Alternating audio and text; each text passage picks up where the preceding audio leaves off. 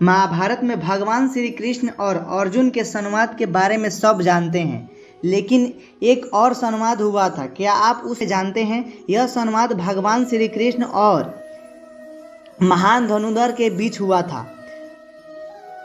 कर्ण ने जो प्रश्न उनके मन में दाबा था, कई वर्षों से वह प्रश्न आखिरकार पूछ लिया। उन्होंने अंततः पूछ लिया भगवान श्री कृष्ण से कि प्रभु, हे माधव, बताइए कि मेरा दोष क्या था, मेरे साथ ही यह सब क्यों घटता चला गया। क्या यह पूरी कथा? आइए सुनाता हूँ। आप देख रहे हैं राजन इन्फॉर्मेशन। कुरुक्षेत्र की रणभूमि केवल अस्त्र शस्त्र से नहीं बल्कि मौन में छुपे प्रश्नों से भरी हुई थी। शंखों की गूंज थी, रथों की गर्जना थी और सैनिकों का पश्चाताप था। लेकिन ऐसा लग रहा था कि आने वाला समय विनाश का है। हवा में युद्ध की गंध थी, पर उससे भी भरी वह मौन था जो दो आत्माओं के बीच था।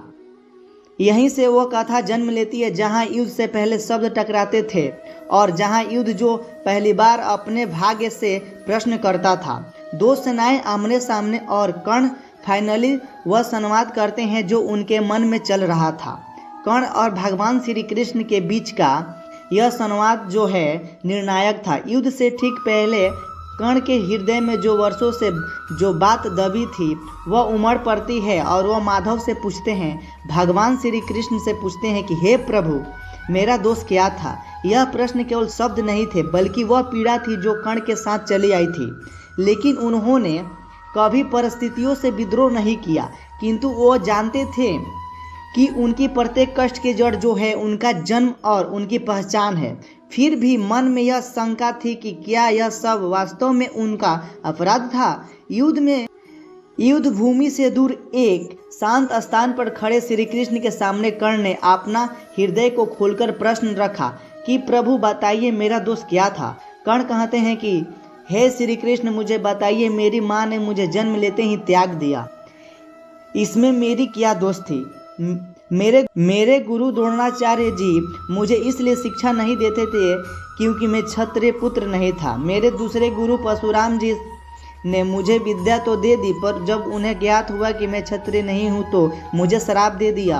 आवश्यकता के समय उसी विद्या को भूल जाऊंगा। दुर्भाग्य से मेरे बाण से घायल होती है, उसके स्वामी मुझे श्राप दे देते हैं जबकि मेरा कोई दोष नहीं था।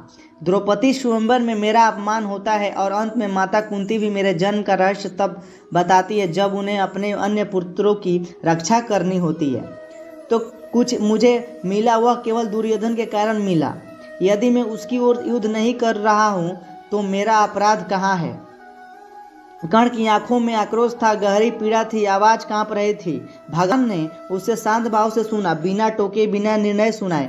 फिर करुणा के साथ और स्थिर स्वर के साथ उत्तर देते हैं, कहते हैं, हे कर्ण, मेरा जन्म कारागार में हुआ। जब जन्म से पहले मृत्यु मेरी प्रतीक्षा में थी। जिस रात मेरा जन्म हुआ उसी रात मुझे अपने माता पिता से दूर कर दिया गया। मेरा बचपन अस्त्र शस्त्रों से, रथों और धनुष बाण के बीच बीता, जबकि मुझे तो ग्वाले की गौशाले मिली, गोबर मिला।